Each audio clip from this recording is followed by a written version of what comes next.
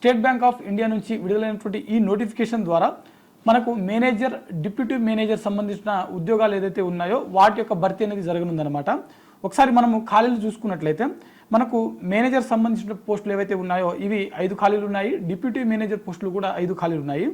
Manager పోస్టులు వచ్చేసరికి ఇవి ఏంటి అంటే రిస్క్ స్పెషలిస్ట్ ఆఫీసర్ సంబంధించిన అనమాట. సేమ్ మనకు డిప్యూటీ మేనేజర్ కూడా రిస్క్ స్పెషలిస్ట్ అని చెప్తారు. అంటే స్పెషల్ క్యాడర్ ఆఫీసర్ పరిధిలోకి వస్తున్నటువంటి ఉద్యోగాలు అనమాట ఇవి. ఓకేనా, స్పెషల్ క్యాడర్ ఆఫీసర్ సంబంధించిన ఉద్యోగాలు ఏవైతే ఉన్నాయో దాని పరిధిలోకి ఈ ఉద్యోగాలు వస్తాయన్నమాట. అయితే మనకు మొత్తం 10 పోస్టులు అయితే ఇందులో ఖాళీలు ఉన్నాయి. కంప్లీట్గా మనకు ఇంటర్వ్యూ ఆధారంగా సెలెక్షన్ జరుగుతుంది. అయితే శాలరీస్ చూసినట్లయితే మినిమం 64,800 రూపాయలు మనకు జీతం అనేది మినిమం చెల్లించడం జరుగుతుంది. మ్యాక్సిమం 1,05,000 రూపాయల వరకు మనకు జీతం చెల్లించడం జరుగుతుంది.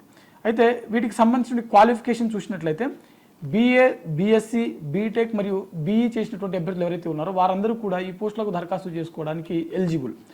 అయితే ఏజ్ లిమిట్ చూసినట్లయితే మేనేజర్ సంబంధించిన పోస్టులకు మినిమం 28 సంవత్సరాలు, మ్యాక్సిమం 40 సంవత్సరాల వరకు అంటే 28 నుంచి 40 ఇయర్స్ వరకు ఏజ్ ఉన్నటువంటి అభ్యర్థులు ఈ పోస్టులకు దరఖాస్తు చేసుకోవచ్చు. డిప్యూటీ మేనేజర్ పోస్టులు ఏవైతే ఉన్నాయో వీటికి మినిమం 25 సంవత్సరాల నుంచి మ్యాక్సిమం 35 సంవత్సరాల వరకు వయసు ఉన్నటువంటి అభ్యర్థులు ఎవరైతే ఉన్నారో వారందరూ కూడా ఈ పోస్టులకు దరఖాస్తు చేసుకోవడానికి అర్హత కలిగి ఉంటారు. అయితే ST, SC, BCకి చెందినటువంటి అభ్యర్థులు ఎవరైతే ఉన్నారో వీరందరికీ ప్రభుత్వ నిబంధనల ప్రకారం వయో సడలింపు అనేది వర్తిస్తుంది. మనకు ఈ పోస్టులకు సంబంధించినటువంటి అప్లికేషన్ ఫీ చూసినట్లయితే జనరల్, EWS మరియు OBC క్యాండిడేట్ ఎవరైతే ఉన్నారో వీరందరికీ కూడా 750 రూపాయలు దరఖాస్తు ఫీజు అనేది ఉంటుంది. మిగిలిన అభ్యర్థులందరికీ కూడా ఎలాంటి ఫీజు అనేది ఉండదన్నమాట. అంటే ఫీజు మినహాయింపు ఉంటుంది. ఇంపార్టెంట్ డేట్స్ అంటే మనకు అప్లికేషన్ ప్రాసెస్ ఎప్పటి నుంచి స్టార్ట్ అవ్వనుంది అని అంటే నవంబర్ 11వ తేదీన వీటికి సంబంధించినటువంటి దరఖాస్తు ప్రక్రియ అనేది మొదలవడం జరిగింది. డిసెంబర్ 1 వరకు మనకు అఫీషియల్ వెబ్సైట్ SBI ఏదైతే ఉందో అందులో మనకు వీటికి సంబంధించిన దరఖాస్తు ప్రక్రియ ఏదైతే ఉందో ఆ లింక్ అనేది మనకు అందుబాటులో ఉంటుంది. ఓకేనా, దరఖాస్తు చేసుకోవడానికి చివరి తేదీ వచ్చేసరికి డిసెంబర్ 1 అనమాట. ఓకేనా, సెలక్షన్ ప్రాసెస్, ఈ పోస్టులకు సంబంధించినటువంటి సెలక్షన్ ప్రాసెస్ చూసినట్లయితే అప్లికేషన్స్ వచ్చినటువంటి టోటల్ అప్లికేషన్స్ ఏవైతే ఉంటాయో అభ్యర్థులకు ఉన్నటువంటి ఎక్స్పీరియన్స్ కావచ్చు, ఎడ్యుకేషన్ క్వాలిఫికేషన్స్ కావచ్చు, వాటి ఆధారంగా షార్ట్ లిస్ట్ అనేది చేయడం జరుగుతుంది.